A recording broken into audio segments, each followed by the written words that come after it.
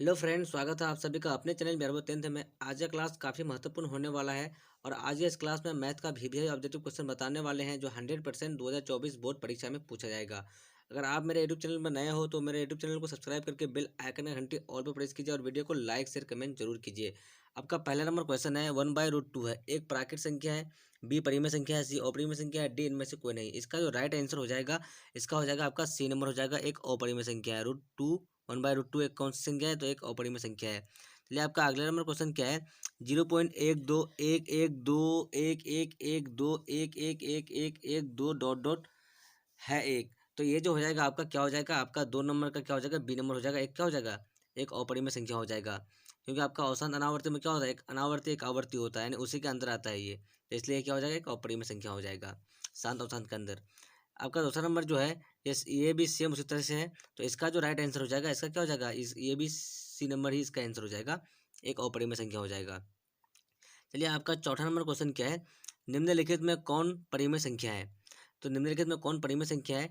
तो इसका जो राइट आंसर हो जाएगा आपका, इसका ए नंबर हो जाएगा 49/64, यानी 7 7 49 8 8 64। इसलिए इसका राइट आंसर क्या हो जाएगा?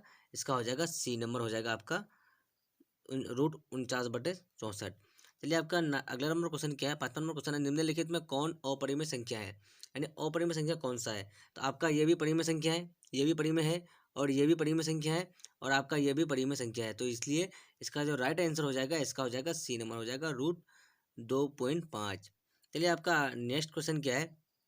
निम्नलिखित में कौन बहुपद नहीं है? यानी निम्नलिखित में कौन बहुपद नहीं है? तो इसका जो राइट आंसर हो जाएगा इसका क्या हो जाएगा? C number, option number C हो जाएगा।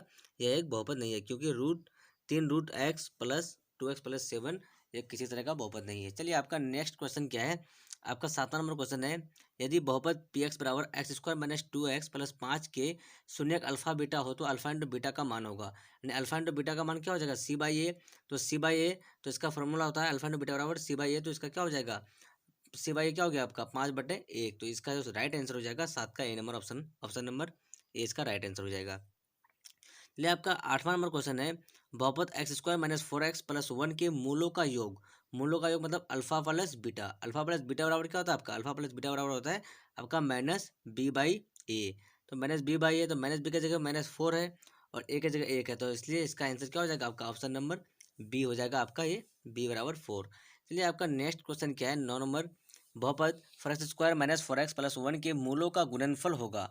तो मूलों का जो गुणनफल पूछा गया है तो इसका मतलब क्या हो गया? सी/ए। अल्फा इंटू बीटा बराबर क्या होता है? सी/ए। अल्फा इंटू बीटा यानी गुणनफल पूछा गया है, इसलिए इसका हो जाएगा सी/ए। तो सी/ए हो गया तो 1/4 हो जाएगा, यानी इसका ऑप्शन नंबर सी जो है 1/4 इसका राइट आंसर हो गया। चलिए आपका 10वां नंबर क्वेश्चन क्या है? घात एक वाले बहुपद कहलाता है। घात एक वाले जो बहुपद कहलाएगा आपका, ये क्या हो जाएगा? रैखिक बहुपद कहलाएगा। और द्विघात होगा, जिसका 2 घात होगा तो वो द्विघात, और जिसका 3 होगा वो त्रिघात। चलिए आपका नेक्स्ट क्वेश्चन क्या है? जिस समीकरण निकाय का अद्वितीय हल होता है वह समीकरण निकाय कहलाता है। इसका जो सही आंसर हो जाएगा इसका हो जाएगा ऑप्शन नंबर बी हो जाएगा, अभिरोधी हो जाएगा। चलिए आपका नेक्स्ट क्वेश्चन क्या है? आपका 12 नंबर, यदि युग्मक समीकरण निकाय का कोई हल नहीं हो तो वह समीकरण निकाय कहलाता है। इसका जो सही आंसर हो जाएगा इसका हो जाएगा सी नंबर। इसका क्या हो जाएगा? सी नंबर विरोधी हो जाएगा। चलिए आपका नेक्स्ट क्वेश्चन क्या है? यदि युगपत समीकरण निकाय का अनगिनत हल हो तो वह समीकरण निकाय कहलाता है। इसका जो राइट आंसर हो जाएगा इसका भी C number, option number C हो जाएगा, अवसरित हो जाएगा।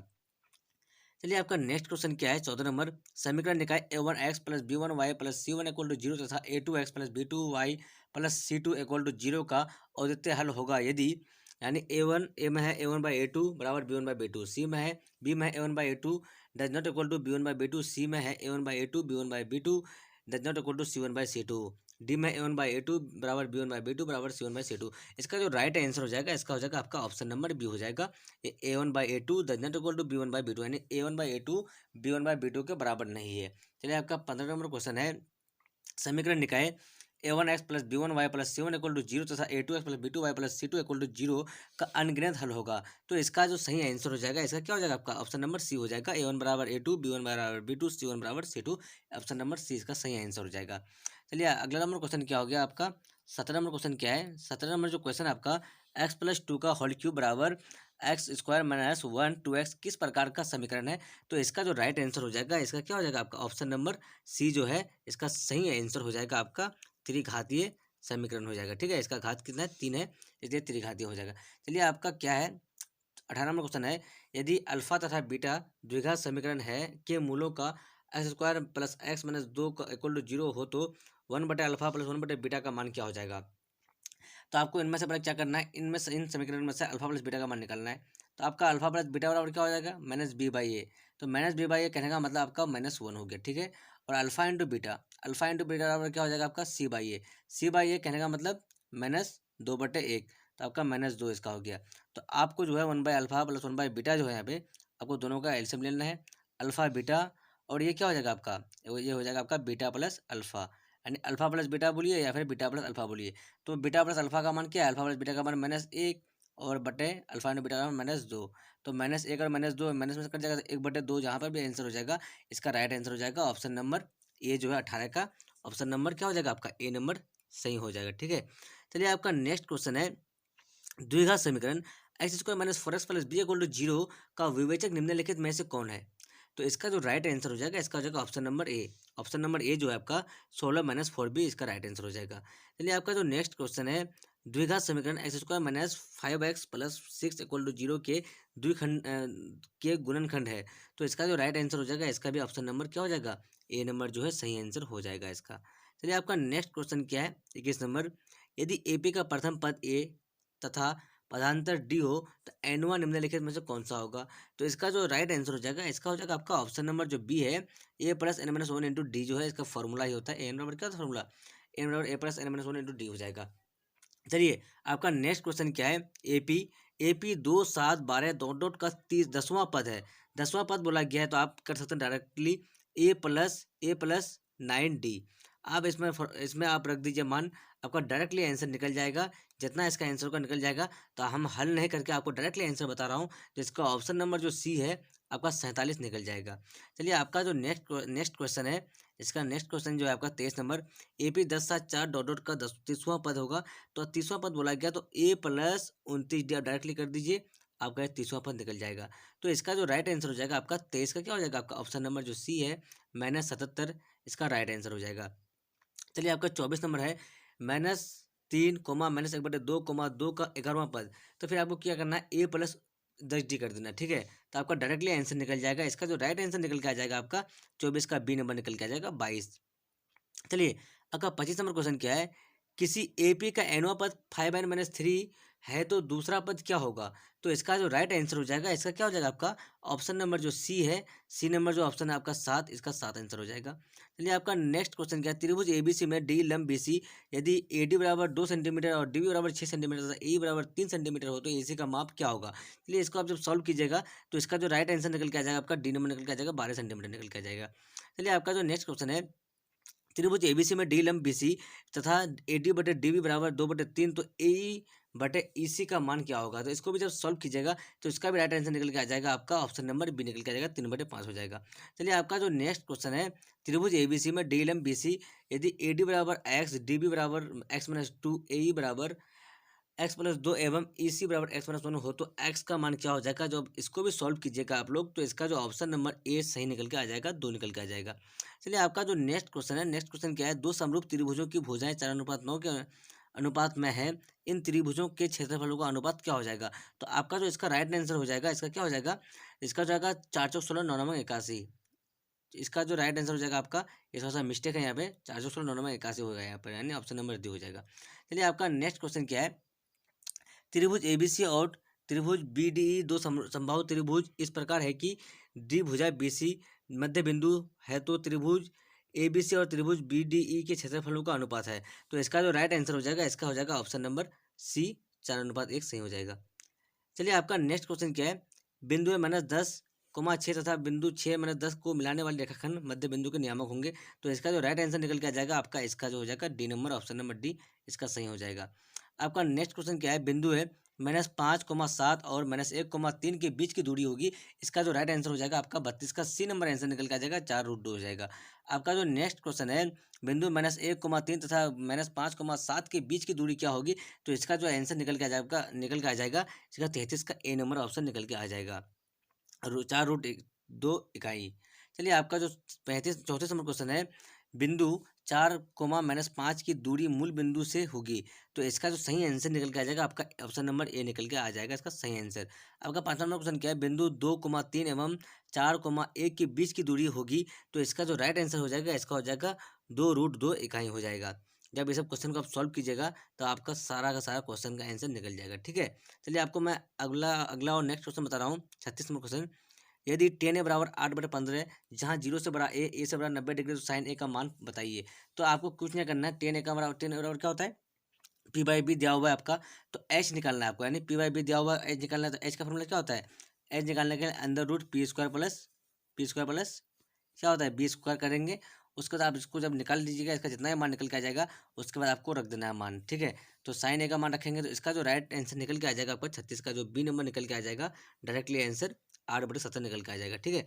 चलिए आपका 37 नंबर क्वेश्चन है, tan 60 डिग्री का मान है, tan 60 डिग्री का मान कौन सा है, तो ऑप्शन नंबर जो बी है, tan 60 का मान √3 होता है, tan 60 का मान क्या होता है, √3 होता है, इसलिए ऑप्शन नंबर बी ऐसे ही हो जाएगा।